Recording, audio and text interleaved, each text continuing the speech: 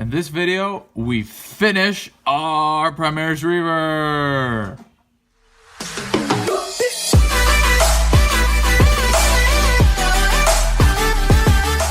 Alright, here is where we are at. If you want to see how I got to this point, it'll be linked in the card in the upper right hand corner. Just click the eye.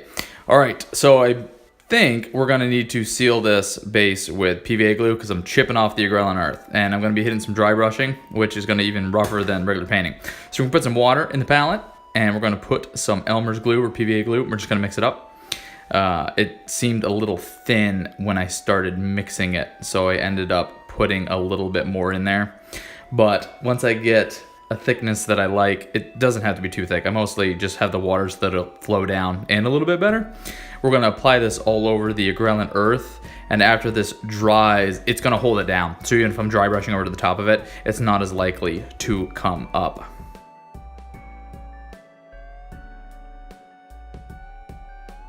I'm going to be trying a lot of new things in this video, so it's going to be a little longer because I want to show you the whole process. And it's also going to be a little longer because this is going to take forever to dry. Fortunately, I didn't have to go to work today, so I got in some extra hobby time. It was pretty amazing. This is Vallejo gloss varnish, and the reason why I'm getting a Vallejo gloss varnish, can't talk, I'm going to try a water transfer. And I've been watching videos and reading stuff, and one of the things that many people do is they prepare the surface that they're going to put the transfer on with some gloss varnish. And I guess this actually has to do with the microscopic surface. And the gloss varnish will create a smoother layer than the paint underneath it, and the transfer will go on a little bit better.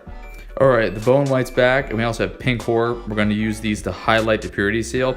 And this is the last of the traditional miniature painting that I'm going to do. I'm just going to hit raised edges and corners and along the side here with the bone white. Then when we get to the purity seal, I'm just doing the ring on the outside and then try to get a little bit on the wax bit kind of in the middle.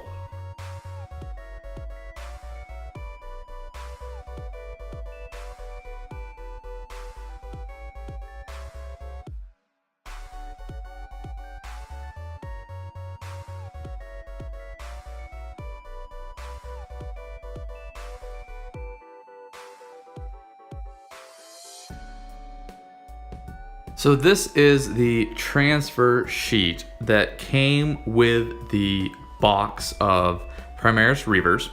And I think this is standard. If you buy a box of Space Marines, they're going to give you an ultramarine transfer sheet. But it has the decals for like the battle rolls and stuff for any chapter that would be Codex compliant. And so I'm just taking my hobby knife and I'm slicing out one of the battle rolls for close support, I think, because I think that's kind of what a Reiver would be, the guys that get up into melee. And this paper's a lot thicker than what I expected it to be.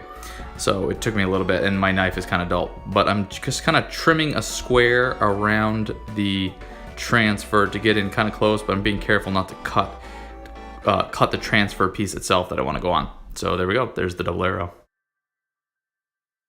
I have a cup of water here with just a tiny bit of vinegar in it, and the idea that vinegar is a very weak acid and it's going to help dissolve the bond between the water transfer and the backing paper. So I got my tweezers, and this is very little fiddly, and I got fat fingers. So I'm going to put this in here, and then I'm going to take a brush and kind of massage the transfer and keep checking it until the water transfer starts sliding around on the backing paper. I thought this was going to take a while, but it really didn't. Like, it was less than a minute. So I cut away and it's going to pop right back. So you'll see it here in a second. There we go. And if you look, you can see the transfer starting to slide a little bit. So I'm going to get my tweezers and my brush and try to transfer the transfer from the backing paper onto the shoulder pad, which is now dry.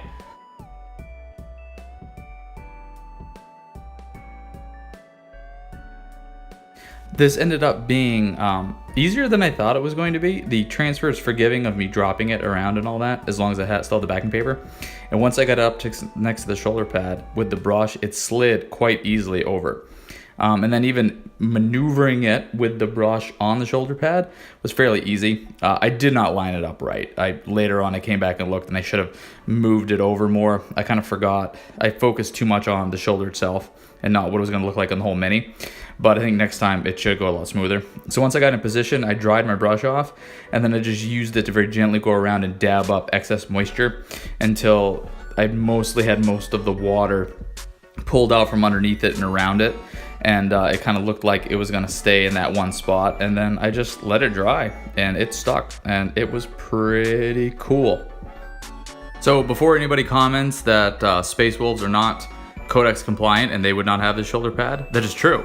This guy's not a Space Wolf, he's Grayshield of the Unnumbered Sons, and since they were founded by Gilliman, I figured they probably would be Codex compliant. So he's gonna have a regular battle roll sticker. The shoulder is now excessively glossy because of what I used to prepare the surface. I'm gonna hit the whole thing with a matte varnish liner. It'll bring it down.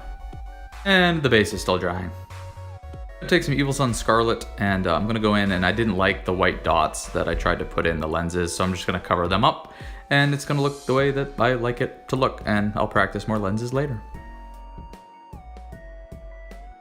Base is still drying, so I figured let's just assemble this guy. So I'm going to be popping arms off, dry fitting, and then using plastic glue to assemble all the bits. One of the things that I read about plastic glue recently is that it doesn't work on paint, and that's one of the problems with doing sub-assemblies. And I haven't had a problem yet. It may be because during my priming process, there will be a portion of each bit that still is just the plastic, like on the inside of the arm where the sticky tack was. So I'm going plastic with plastic glue onto plastic that's painted. And I don't know if that's why I've never had a problem with it, but I've never had a problem with it. So I'm just gonna keep doing things the way that I do it. It's always important to dry fit first. Some of the sticky tack I had to get out of here with a paper clip. But again, plastic glue is very forgiving. It's tacky enough to hold it together, but it's gonna take 30 minutes to dry, so you have some time to work with it. This is especially nice when posing the head and figuring the field of vision.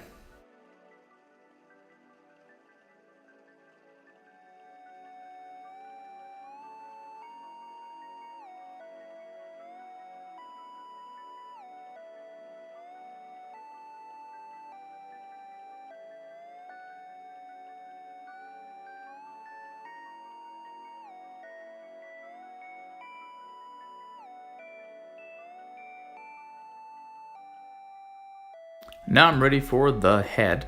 So again, we pinned this, but I did it kind of shallow with a little bit of super glue, so I should be able to pop this right off and not have to worry about the pin when setting it in. Great. The reason why I do it this way is because if the pin was in there, it would be harder to pose the head, and I wouldn't be able to use plastic glue. I would actually have to drill in. So I'm just gonna fiddle with this a bit till I get something I like, and then pop in the plastic glue. And once I put the head in, again, I have like 15 or 20 minutes if I really wanted to play with this. And then once I get in position I just have to hold it for a little bit for the tackiness to be able to stick it in place. And you know, it gives you a lot of options as far as how you want the head to be oriented with the flow of motion of the rest of the body. It's one of the things I really enjoy about Games Workshop minis and using plastic glue while assembling them. Backpack is the easiest, there's only one way it goes on. So with that being said, this guy's assembled. Let's see if we can start working on the base.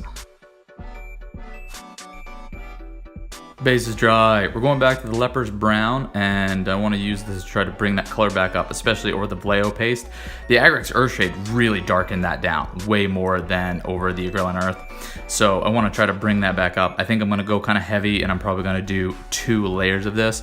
I'm going to hit the Agrellan Earth also, just to create an even tone across the texture bridge, so to speak. Yeah, I ended up doing another heavy coat of this, and I rotate the base around a little bit just to catch the edges from different angles, and just want it to kind of look fairly uniform. All right, Bubonic Ground is gonna be your highlight color. I am being lighter with this one, and when I do the Agrellan Earth, I'm even lighter than when I'm painting with Vallejo, but I'm not being like feather light, because I put the PVA glue down. The Agrellan Earth, it's staying down, and I can hit it with, you know, a dry brush and not have to pull back a whole lot. All right, I'm gonna pin this guy to the base now. So I'm clipping the paper clip down. I actually think I did a little bit too short, but I want to leave a little bit so that I can actually push it down into the base. And I'm just trying different poses along, and I think I'm gonna have this guy kind of moving across with the Vallejo texture piece and have the Agrellan Earth over to the sides. Once I get a position I'm happy with, I actually take the paperclip portion at the bottom of the foot and I dip it in some brighter paint that's still on my wet palette. And I'm gonna use that to mark the place on the base that I'm going to drip.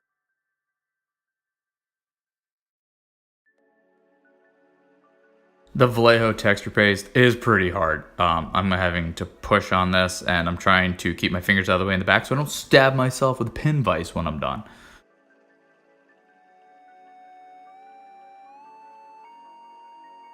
And there we go. So what we're going to do is dry fit the pin and kind of swivel the guy around and see exactly how I want to have him. And then I'm actually going to use super glue to adhere him to the base. I'm going to put super glue on the pin itself. I'm going to put it on the bottom of his feet, and then I'm going to put a glob underneath on where the pin is poking through from the bottom of the base.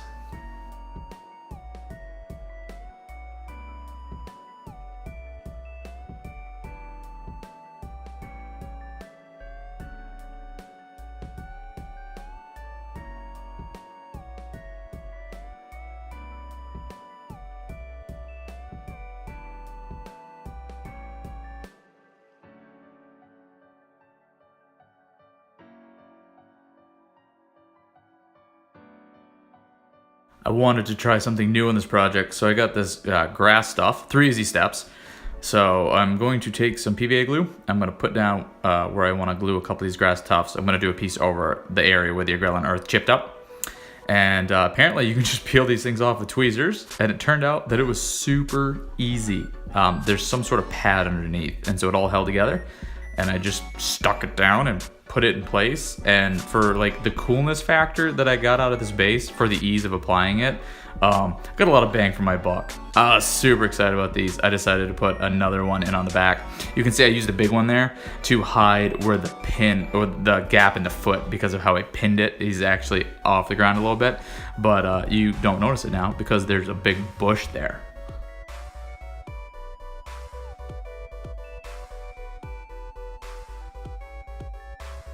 All right, what did I learn? Water transfers, super easy. And I think next time I'll have it oriented better.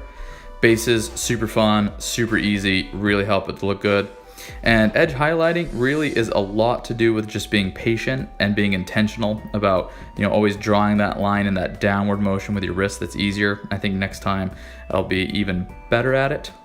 That is how I hobbied today. If you would let me know how you hobbied today down in the comments, that would be great. See you later.